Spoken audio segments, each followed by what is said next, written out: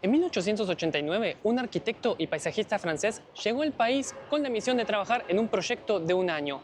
Pero para 1920, al final de su vida profesional, habría influido directamente en el diseño y ejecución de 69 parques, paseos y otros espacios públicos solo en la ciudad de Buenos Aires. Acompáñame a conocer la vida y obra del hombre que le dio sombra a la ciudad, Carlos Thais. Jules Charles Thys nació en París el 20 de agosto de 1849. Fue discípulo del arquitecto Edouard André, quien lo recomendó al empresario inmobiliario Miguel Crisol para trabajar en el diseño y ejecución del actual Parque Sarmiento en la ciudad de Córdoba. Con ese objetivo, Thys se embarca hacia Argentina para trabajar con Crisol entre 1889 y 1890, pero cuando estaba listo para volver a su ciudad natal, lo retiene en Buenos Aires el intendente Francisco Bolini con una propuesta: nombrarlo director de parques y paseos de la ciudad. Thais es tentado por la oferta del intendente, pero le pone una condición. Debía organizar un concurso público donde cada interesado debía presentar un documento titulado Informe de Acción Futura. Estos documentos debían ser analizados por un juzgado y ellos serían quien tomara la decisión de quién debía quedarse con el cargo. Se presentaron en total 7 candidatos, incluyendo obviamente al propio Thais, que presentaron este documento.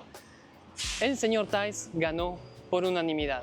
Y así es como, habiendo ganado el cargo de forma justa, según su propio criterio, comienza a trabajar para la municipalidad el 4 de mayo de 1891. Hablar de todos los espacios que intervino Thys haría que este video dure hasta fin de año, así que decidí elegir algunos de mis parques favoritos para que conozcamos su historia. Algunos lugares icónicos como Plaza de Mayo o la Plaza del Congreso no los incluí en esta lista porque van a tener videos dedicados 100% a ellos más adelante, así que suscríbete para no perdértelos. Ahora sí, arrancamos por Parque Lezama. Dentro de los espacios públicos de esta lista, Parque Lezama es el último que conocí. Pudo entrar al top por un detalle del diseño que me gustó mucho y ahora les cuento más, pero no puedo ponerlo más alto en mi lista porque tampoco tuve la oportunidad de recorrerlo completo. Hacía rato que tenía ganas de ir a visitar el Museo Histórico Nacional, que funciona ahí desde 1897, y justo elegí ir uno de los 2 días de la semana que está cerrado, así que no vayas un lunes o un martes, porque no te van a dejar entrar.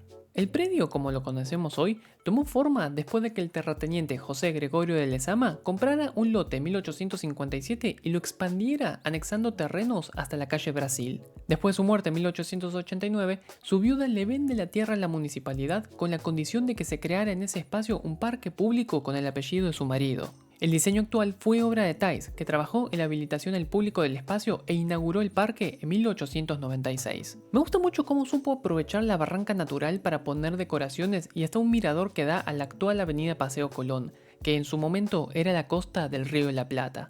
Pero lo más interesante a mi parecer es que, según varios historiadores, este es el lugar en el que nació Buenos Aires. Según su estudio, cuando Pedro de Mendoza fundó el puerto de Nuestra Señora Santa María del Buen Aire en 1536, lo hizo en el lugar donde hoy está el Parque Lezama. Inclusive hay un movimiento colocado en 1936 que celebra esto, aunque la ubicación definitiva del asentamiento nunca fue determinada. Pero si preferís visitar un lugar que sí sabemos con certeza que fue determinante para la historia de Buenos Aires y de Argentina, tenemos que ir unas cuadras al oeste, hasta el Parque de los Patricios. ¿Sí? ¿Me escuchaste bien? El nombre de este parque de aproximadamente 9 hectáreas es el Parque de los Patricios, aunque mucha gente diga Parque Patricios para referirse a él. En realidad, Parque Patricios es el barrio y Parque de los Patricios es el espacio verde. En el predio funcionó un matadero que se había ubicado ahí después de la epidemia de fiebre amarilla de 1871, de la que ya hablamos en este otro video.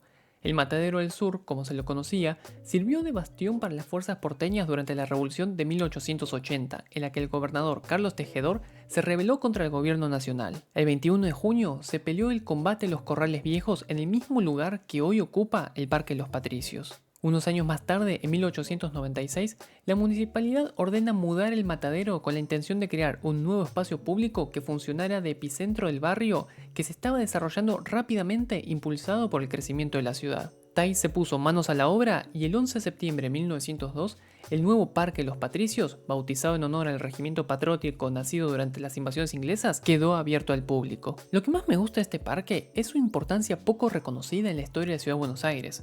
Fue oficialmente el escenario de la última batalla de las guerras civiles argentinas. Aparte, como trabajé durante un tiempo en el barrio, me tocó usar seguido la estación de subte y a veces pensaba en si podría encontrar algún resto de la batalla enterrado a poca profundidad. Supongo que el equipo de Thais habrá hecho tarea de limpieza previa a esa construcción de los caminos y decoraciones, pero algo debe quedar. No quiero entrar mucho en detalles sobre el combate en sí porque hace un tiempo les prometí una serie con las batallas luchadas en el actual territorio del área metropolitana de Buenos Aires y la revolución de 1880 tiene su capítulo reservado. Al norte de la ciudad podemos encontrar uno de los primeros trabajos de Thais. Apenas asumió, tuvo que decidir dónde se instalaría el jardín botánico que había propuesto en su informe de acción futura.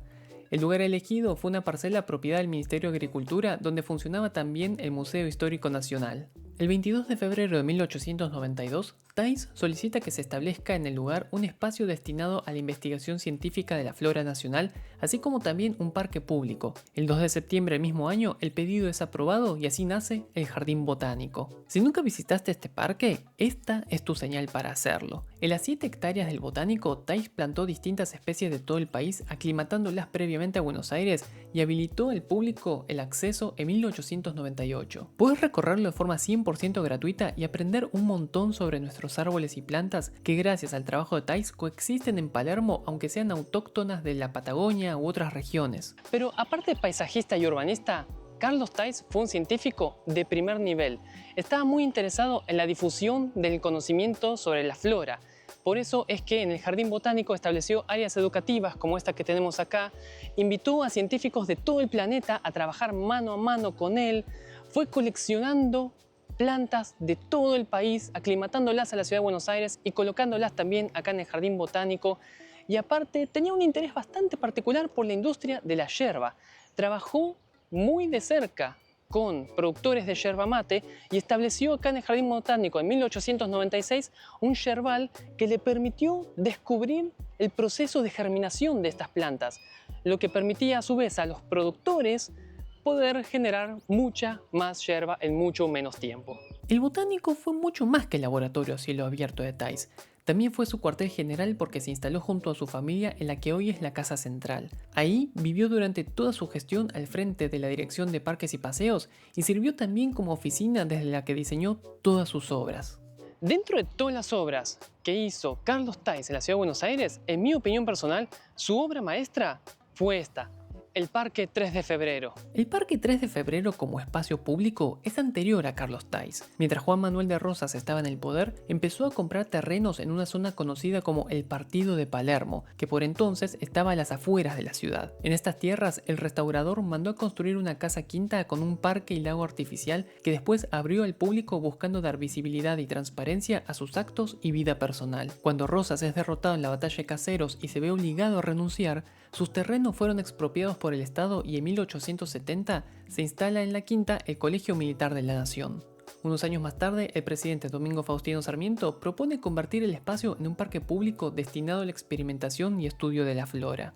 Con este objetivo en mente, se sanciona la Ley 658 que oficializó en 1874 la creación del Parque 3 de Febrero, bautizado así en honor al 3 de febrero de 1852, fecha en la que Rosas fue derrotado en Caseros. Aunque se hicieron algunos trabajos para embellecer el lugar, recién en 1894 el Congreso autoriza una reforma completa de todo el predio, que debía llevarse a cabo a través de la Dirección de Parques y Paseos de la Municipalidad.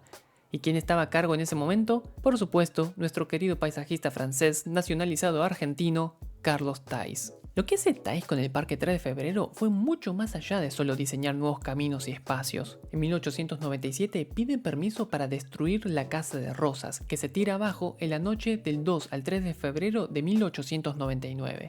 En ese mismo lugar se colocó el monumento a Sarmiento el 25 de mayo del año 1900, obra de Auguste Rodin. Sí, el mismo escultor que hizo El Pensador, que tiene una copia original en la Plaza del Congreso, plaza también intervenida por Thais. Como el parque sufría constantemente de inundaciones por su cercanía con el arroyo Maldonado, Thais mandó extender el parque hasta la calle La Pampa y diseñó y construyó el lago de regatas para que pudiera absorber el excedente de agua. Sin estar satisfecho con el resultado, usó la tierra extraída del lago para construir terraplenes y elevar todas las vías del ferrocarril que atravesaban el parque, dando como resultado los viaductos actuales que fueron pensados por Thais como barreras para frenar el agua en caso de que el lago de regatas no fuera suficiente.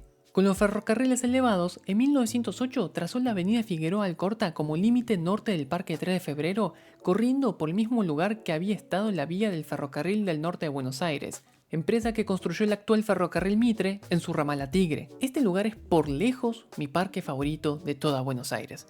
Tengo recuerdos muy lindos de cuando descubrí el lugar por primera vez unas vacaciones de invierno que mi mamá nos llevó a mi hermana y a mí a recorrer lugares de la ciudad, y me acuerdo que pensé: cuando tenga novia, la voy a traer a conocer este lugar. Bueno, dicho y hecho, en 2015 la conocí a Alex y en una de nuestras primeras salidas fue al Parque 3 de Febrero. Eso sí, tengo que confesar que mi lugar favorito del parque es el Rosedal, que no fue hecho por Thais, pero sí por su discípulo, Benito Carrasco, quien lo inauguró en 1914. Carlos Thais trabajó en un montón de parques y espacios públicos que hoy son de invaluable valor patrimonial, como por ejemplo la Plaza de Mayo.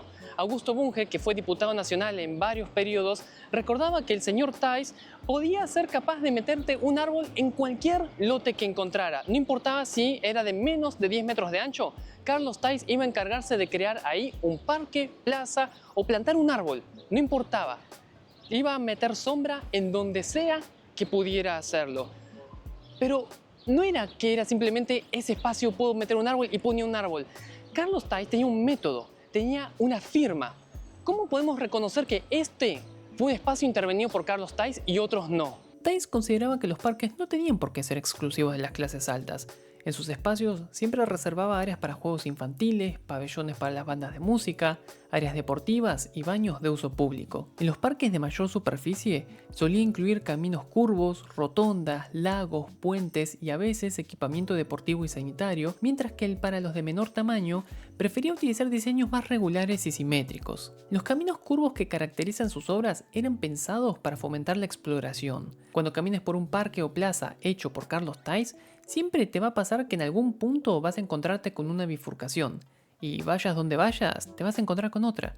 Y no solo eso, la propia forma de los caminos te invita a girar, a evitar la ruta más directa. Es el paseo convertido en un libro de elija su propia aventura. Esta marca personal, que puedes encontrar en todos los parques y paseos intervenidos por Thais, hizo que ganara fama nacional e internacional y recibiera el apodo de El Jardinero de la Nación. Para cuando dejó el cargo de director de parques y paseos a poco de empezar el siglo XX, Buenos Aires era más verde y más bonita. Con un total de 69 parques, plazas y paseos nuevos o mejorados, Carlos Thais se garantizó un lugar en la destacada lista de extranjeros que contribuyeron al urbanismo porteño.